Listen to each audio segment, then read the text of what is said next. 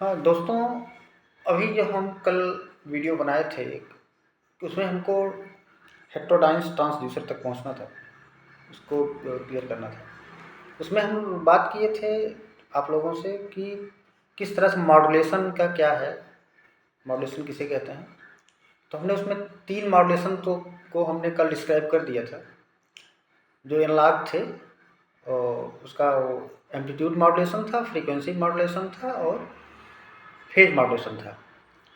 Pulse code modulation को कल हमने छोड़ दिया था।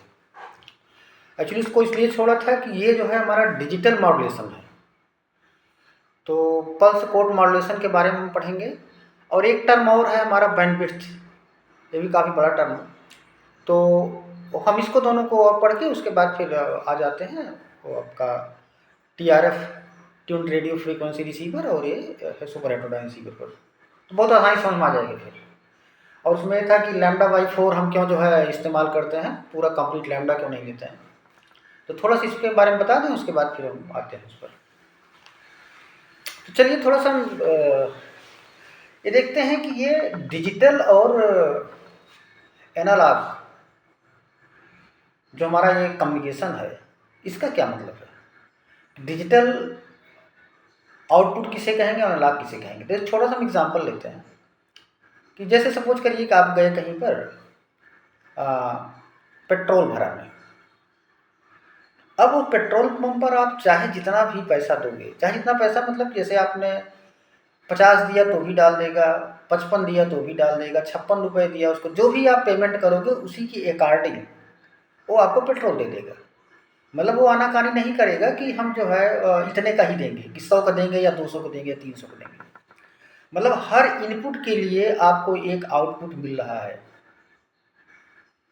तो ऐसे अगर हर इनपुट के लिए आपको आउटपुट मिल रहा हो तो हम इसको बोलेंगे कि एनालॉग है, एनालॉग सिस्टम है। अब एक दूसरा केस आप ले लीजिए, मान लीजिए आप आइसक्रीम खरीदने गए, 10 रुपये का आइसक्रीम है। अब आपको 10 का देगा या 20 का देगा या 30 का देगा। अगर आप उसको 25 रुपये पेमेंट करते हो तब वो कंफ्यूज रहेगा, हम क्या करें यार, 20 में रखें कि 25 में रखें, 30 में रखें, 2 दें या 3 दें। तो मतलब वो आपको न 2 देगा न 3 देगा, कहेगा आप जाओ भाई, या तो 20 का लो या तो 30 का लो। मतलब इस केस में हर इनपुट के लिए आपको आउटपुट नहीं मिल रहा है। तो अगर आपको आउटपुट डिस्क्रीट मिले, छिन्न भिन्न मिले प्रत्येक हर इनपुट के लिए, तो हम इसको बोलेंगे ये डिजिटल है। डिजिटल मतलब खाली गिनती नहीं कि 1 2 3 4, मतलब आउटपुट अगर आपका डिस्क्रीट हो कॉन्टिन्यूअस इनपुट के लिए, तो हम उसको बोलेंगे कि आपका डिजिटल सिग्नल है। तो ये जो हमारा PCM जो हमने कल छोड़ दिया था, पल्स कोड मॉड्यूलेशन, ये एक्चुअली ये डिजिटल कम्युनिकेशन के लिए होता है। हम थोड़ा सा इस पर बात करेंगे क्योंकि लगभग सारे, अब आजकल तो सब कुछ जो है इसी पर डिपेंड हो गया है। तो इसको थोड़ा अच्छे से पढ़ लो आप लोग। तो हम पल्स कोड मॉड्यूलेशन इसके बारे में पढ़ेंगे, क्या चीज़ है पल्स कोड मॉड्यूलेशन। ये आपका डिजिटल मॉड्यूलेशन है।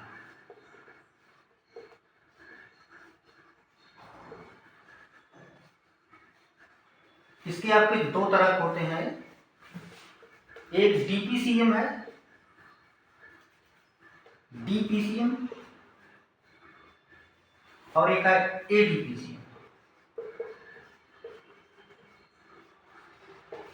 डिफरेंशियल पल्स कोड मॉड्यूलेशन और adaptive differential pulse code modulation, हम इस पर बाद में बात करेंगे, पर इसका बेसिक समझ लें जिससे हम एक वीडियो के बाद आप तक पहुंच सकें सुपर हेटेरोडायनामिक्स के लिए।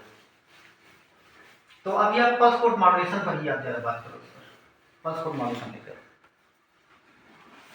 अब सीधी सी बात है, हम इसमें जो है इसमें एनालॉग को डिजिटल में कन्वर्ट करने जा रहे हैं। तो कैसे करें कन्वर्ट इसमें, तो इसके लिए जो इसेंशियल चीज़ें हैं हमें थोड़ा सा जाननी पड़ेगी कि हम अपने ऑडियो को कन्वर्ट करना चाहते हैं डिजिटल में। तो सबसे पहले तो ये है कि हम उसको कैसे सैंपलिंग कैसे करें, कैसे कन्वर्ट करें डिजिटल में। तो इसके लिए ये है कि पहले आपको ये जानना होगा कि हमारा जो सुनने की फ्रीक्वेंसी होती है मैक्सिमम, जितना मैक्सिमम हमारा कान जो है ये अलाउ करता है वो रेंज है आपकी 20 हर्ट्ज से 20,000 हर्ट्ज तक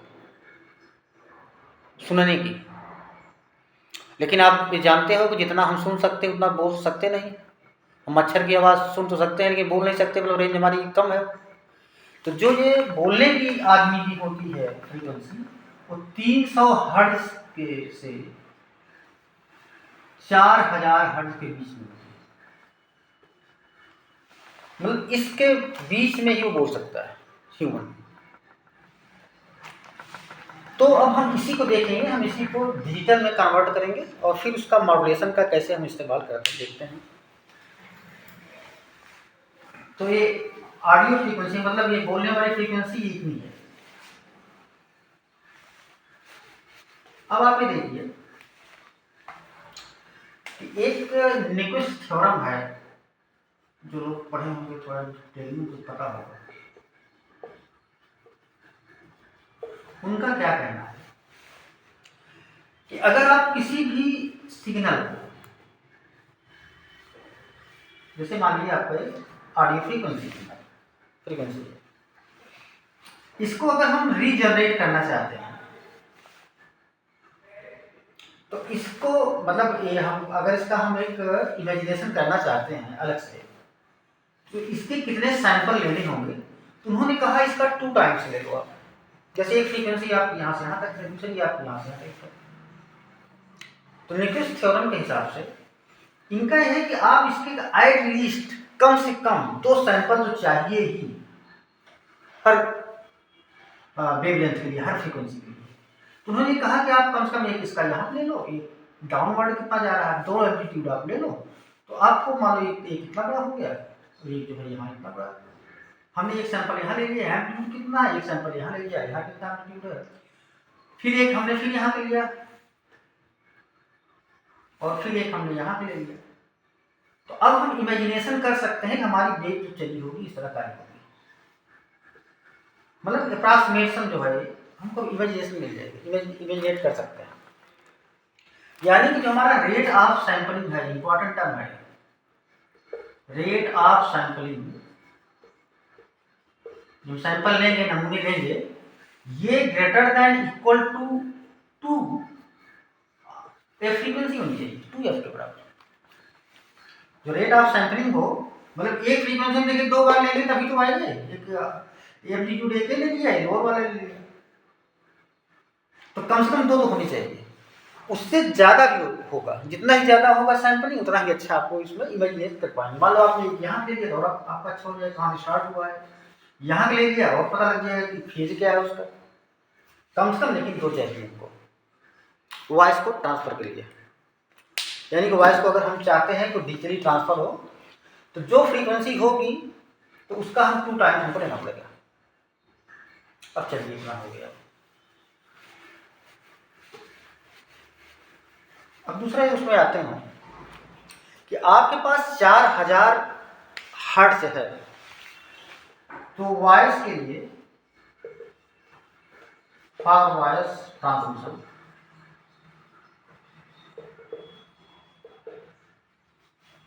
जो रेट ऑफ फ्रीक्वेंसी ये कितना होगा, 2 × 4000 मीन्स 8000 बिट्स कम से कम चाहिए आपको। 4000 इसकी मैक्सिमम फ्रीक्वेंसी हो गई बोलने की, और 2 टाइम्स करेंगे तो 8000 बिट्स हमको चाहिए। यानी कि अगर 8000 बिट्स अगर मैं ट्रांसमिट कर दूं पर सेकंड, हमारा वॉइस चैनल कंप्लीट हो जाएगा। अब ये आप पढ़े होंगे मैथमेटिक्स में, तमाम आपके नंबर सिस्टम्स हैं।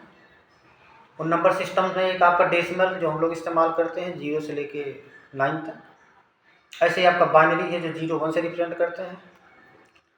फिर ऑक्टेट है, फिर हेक्साडेसिमल है। तो जो यूरोपियन कंट्रीज हैं वो ऑक्टेट का इस्तेमाल करती हैं। मतलब जैसे कोई बहुत बड़ी चीज़ नहीं है, जैसे आप 1 2 3 ऐसे लिखते हो, लास्ट में आपने 10 लिखा, अब यहाँ पर जीरो एक को ना लिख के जीरो को लिखते, जीरो टू लिखते, जीरो थ्री, मतलब कि हर डिजिट को कम से कम दो रेट करें। तो ऑक्टेट रूल का यूज करते हैं। बाइट की बात में उसी में को कन्वर्ट करती हैं, वो बात मैं बाद में क्लियर करूंगा कैसे बाइट में करनी है वो। तो 8000 बिट्स हो गया। अब इसमें इन ऑक्टेट रूल मतलब कि एक को हम 8 डिजिट में कर वो देखिए, जैसे को 1 लिखना है 0000 ऐसे 7 बार 0 लिखें, फिर लास्ट में 1 लिखते हैं। 2 लिखना है तो 01 यहाँ 1 करें, यहाँ 0 करेंगे बाइट में। तो ऑक्टेट में अगर करेंगे तो 8 मल्टीप्लाई हो जाएगा, मतलब कि आपका हो गया 64K000 BPS बिट्स पर सेकंड। अब इसमें हमारी बात क्लियर हो गई कि अगर हमें वॉइस को ट्रांसमिट करना है तो उसका रेट ऑफ सैंपलिंग ये होना चाहिए आपका 64 kbps, 64,000 bps, मतलब 64 kbps, मतलब 64 किलोबिट्स पर सेकेंड। अगर डेटा रेट अगर आप ट्रांसफर कर दो उस पर आपको वॉइस चला जाएगा। तो ये तो हो गया आपका वॉइस चैनल, ये voice sampling rate, data rate आप लिख सकते हैं इसको 64 kbps। अब जो ये बनाए हुए हैं यूरोप वाले, हमारे यहाँ असल में अमेरिका में T1 चलता है, हमारे यहाँ T1 चलता है। तो अपने यहाँ हमें यूरोपियन कंट्री का जो स्टैंडर्ड है वो यूज किया जाता है। तो इन्होंने इसका क्या किया, मल्टीप्लेक्स कर दिया। इन्होंने लिया मल्टीप्लेक्स, मतलब कि बहुत सारे इनपुट को एक में ही मर्ज कर दिया। तो मर्ज करने में इन्होंने क्या किया है कि 30 जो है इन्होंने वॉइस चैनल ले लिया। 30 वॉइस चैनल मतलब कि 30 आपका ये 64 kbps वाला, इस पर पेलोड चल सकता है। और एक इन्होंने ले लिया सिग्नलिंग के लिए, और दूसरा इन्होंने ले लिया सिंक्रोनाइजेशन के लिए, सिंक कराने के लिए। तो टोटल इनका हो गया 32 चैनल। तो 32 चैनल इन्होंने एक बंच बनाया जिसमें कि दो आपके पेलोड नहीं ले जा सकते हैं, ये कंट्रोलिंग के लिए काम आएंगे, बाकी 30 पर आप जो है अपना वॉइस भेज सकते हो। तो टोटल आपका जो बिट रेट हमको चाहिए, मतलब ये यूरोपियन स्टैंडर्ड के हिसाब से 32 इंटू 64 kbps, ये हो गया आपका 2048 kbps, और ये इसी को आप लिख सकते हैं 2048 mbps। mbps सर हमने इसमें 1000 से डिवाइड कर दिया, हम मल्टीप्लाई कर दिया, आ गया mbps, किलो से मेगा बन गया। ये 2048 mbps ये आपका बोला जाता है 1 MB डेटा, MB डेटा लोग कहेंगे, मतलब उसमें आप जाओगे इनके यहाँ जहाँ भी ये लगा होगा अपना मकसद वहाँ पे बोल देंगे MB डेटा। और एक PCM चैनल भी इसको बोलते हैं। दूसरा जो बड़ा इंपॉर्टेंट टर्म है, इसी को एक E1 भी बोलते हैं। इसका नाम E1 इसी का नाम है 2.048 mbps,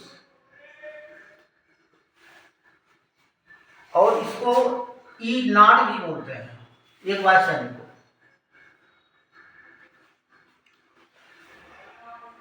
ये तो हमारे पास क्लियर हो गया होगा। ये तो हमारा बेसिक है यूनिट। ऐसे 30 हमने कर लिए, 2 और जोड़ दिए, तो ये आपका 2 MB डेटा हो गया। इसे 2 MB डेटा बोलते हैं, 2 MB डेटा, और 2 MB डेटा के नाम है आपका E1। अब ऐसे अगर हम 63 E1 ले लें,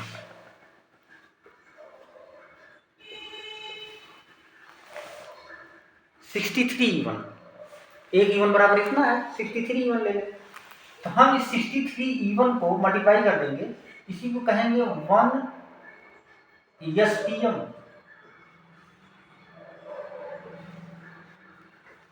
अब वो 1 STM की कहानी भी अलग होगी। अब STM में हम कैसे उसको कन्वर्ट करेंगे वो अभी बाद में SDS पर हम बात करेंगे। तो चलिए इसको भी हम इतना ही रखते हैं, और क्योंकि वीडियो लंबा हो जाता है तो फिर अपलोड नहीं हो पा रहा है। तो हम फिर दूसरा जो है हम बनाते हैं, जिस पर बैंडविड्थ पर हम डिस्कस कर लेंगे, फिर आपका वो बता देंगे कि किस तरह से आप TRF है और वो है सुपर हेट्रोडाइन। Thank you.